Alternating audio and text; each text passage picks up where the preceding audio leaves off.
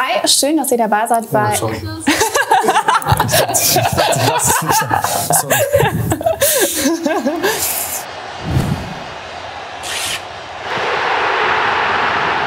Hi, schön, dass ihr dabei seid bei der nächsten Fanpost-Ausgabe. Und hier beantworten wir wie immer eure Fragen, die ihr direkt an die Spieler stellt. Heute an Niklas Süle. Hi. Hallo. Und besonders eine Frage, die interessiert die Fans brennend. Ich würde sie dir gerne direkt am Anfang vorspielen. Gucken, was du dazu sagst. Ja, hallo Niklas. Ich bin hier in Marbella in eurem Trainingslager. Hatte das Vergnügen, euch heute sehen zu können. Und Frage an dich ist, wie fühlst du dich in Dortmund? Du bist ja jetzt eine Halbserie da. Wir konnten dich am Fernsehen verfolgen. Und das wäre meine Frage an dich. Ich hoffe, dass du dich bei uns auch wohlfühlst. Ja, ist eine schöne Frage. Also ich fühle mich sehr, sehr wohl in Dortmund. Bin eigentlich ganz gut angekommen, hatte ein paar Startschwierigkeiten, weil ich noch lange im Hotel war leider. Meine Familie nicht bei mir hatte da. Das war ein bisschen blöd, aber jetzt mittlerweile habe ich was gefunden. Jetzt sind alle hier und ja, habe es mir tatsächlich, das wollen vielleicht viele nicht hören, aber schlimmer vorgestellt, weil man sich ja schon informiert bei anderen Spielern, die vielleicht mal hier gespielt haben oder ja, mal ein paar Meinungen eingeholt zur Stadt und bin eigentlich relativ positiv überrascht, habe hier alles, was ich brauche, auch ja, für meinen Sohn die Möglichkeit, sich zu beschäftigen. Im Spieleparadies gibt's eins in Dortmund, also wirklich sehr positiv. Ich spiele dir auch direkt die zweite Frage vor, die knüpft da nämlich so ein bisschen an. Hallo Niklas, mein Name ist David und von dir würde ich gerne wissen, ob du die Heimspiele im schönsten Stadion der Welt mit den besten Fans der Welt so vorgestellt hast und wie beeindruckt du von unserer Süd bist. Ja, ich glaube, dass wir da schon 2, 3 Highlights in der Vorrunde hatten. Allein, wenn ich an das Spiel gegen Bayern München denke, mit dem 2-2 oder auch, wo Greg den Elfmeter hält gegen Manchester City. Das waren schon so Momente, wo ich mir auf dem Platz schon gedacht habe, ja okay, ein Stück weit bist du auch dafür hergekommen.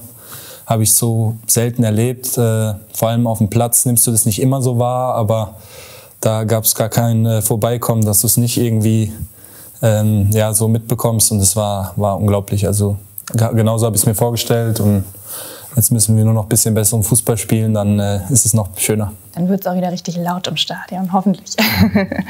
Kommen wir zu einer Frage, die, glaube ich, gar nicht so einfach zu beantworten ist. Ich bin mal gespannt, was du da raushaust. Und zwar, wie würdest du dich in 3 Worten beschreiben? Boah, da tue ich mir immer schwer mit. Ich würde sagen, ehrlich, lebensfroh, könnte ich auch eigentlich sagen. Das dritte ist schwer, hm? Eins brauchst du noch. Ehrlich, lebensfroh?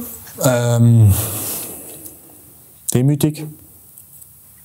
Schönes drittes Wort. Ja, würde ich schon behaupten, dass ich schon demütig bin. Bei dieser Frage waren unsere Fans ganz schön kreativ. Und zwar möchte Klaupe wissen: Du hast eine Reifenpanne beim Auto. Wechselst du selbst oder hilft dir wer aus deinem Team? Ich wüsste jetzt nicht, wer mir aus dem Team helfen würde, aber ich glaube, wenn ich eine Reifenpanne hätte, würde ich eher ADAC anrufen oder bevor ich hier irgendjemand aus meiner Mannschaft anrufe. Ja, ist mir auch schon mal passiert, aber glaube ich jetzt nicht, dass es hier so einen richtigen Werkstattmeister gibt. Wie würdest du denn aus dem Team auf keinen Fall um Rat fragen? Boah, ich glaube Schlotti. Na gut, dann hoffe ich, dass ihr zu zweit nie im Auto sitzt. Nee. Also kam schon mal vor, aber zum Glück bis jetzt der Reifen gehalten. Kommen wir wieder zu einer Fußballfrage. Ich spiele sie dir vor, kommt per Video rein.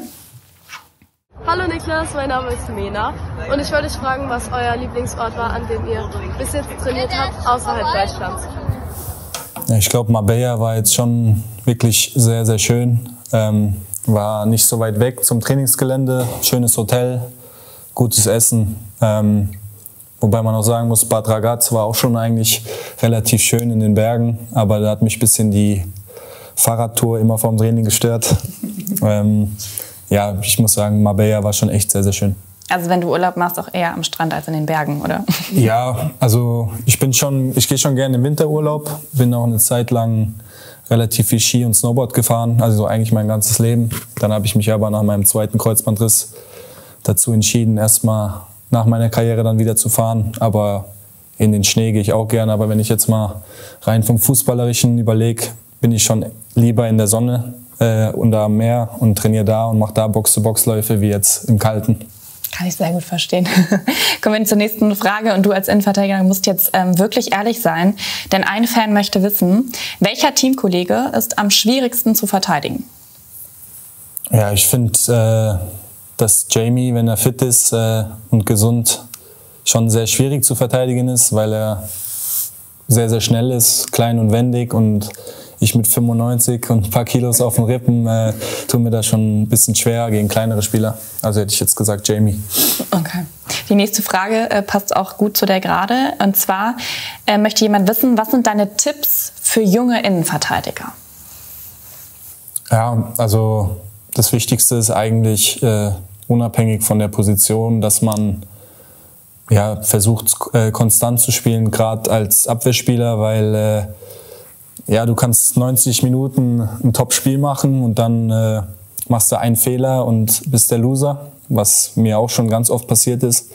Oder als Angreifer spielst du 90 Minuten Kacke und dann machst du in der 91. das Tor und bist der Held. Und deswegen ist Konstanz als Abwehrspieler halt relativ wichtig, vor allem auch immer irgendwie im Spiel zu sein, wo ich mich auch noch ganz klar verbessern muss, dass man nicht mal irgendwie eine Minute hat, wo man mal an was anderes denkt oder jetzt auf dumm gesagt, aber ich glaube, das sind so die Punkte, wo man versuchen muss, eine Konstanz in sein Spiel zu bekommen und aggressiv zu verteidigen und ansonsten halt versuchen, dass der Gegner kein Tor schießt. Und konstant spielen, würdest du sagen, erreicht man vor allen Dingen durch wahrscheinlich viel Spielpraxis, ne? Oder? Ja, Spielpraxis ist natürlich wichtig, aber auch, dass man halt versucht im Training oft auch Situationen so zu nehmen, wie die im Spiel halt auch passieren können, dass man halt vorbereitet ist, dass man aufmerksam ist, und wenn du dann im Training halt nicht voll bei der Sache bist, ist es schwieriger, am Wochenende da voll bei der Sache zu sein. Ja, jetzt bist du ja schon eine gute halbe Saison beim BVB. Dann kannst du bestimmt die nächste Frage von David gut beantworten. Er möchte wissen, was war bislang dein schönster Moment beim BVB? Schönster Moment, hätte ich gesagt, war das 2-2 gegen Bayern. Was da los war, das war nicht normal. Also wir haben wirklich außerordentlich gut gespielt da in dem Spiel und haben uns das irgendwie verdient, aber waren dann trotzdem irgendwie auch weit weg, dass wir irgendwie noch da was mitnehmen. Dann kriegen die rote Karte, wir machen das 2-2. Also das habe ich noch nie so auch am Fernseher erlebt irgendwo. Und da selbst auf dem Platz zu stehen und da reinzurennen, dann, wo Toni das Tor macht, das war schon, glaube ich, die Nummer 1. Hoffen wir mal, da kommen noch ganz schön viele schöne Momente auf dich zu beim BVB. Das war doch eine schöne letzte Antwort von dir. Ja. Ich bedanke mich. Ja, ich sage danke auch. Und ich glaube, ihr habt den Niklas jetzt doch bestimmt auch noch ein bisschen besser kennengelernt. Bis hoffentlich zur nächsten Fanpost-Ausgabe. Tschüss.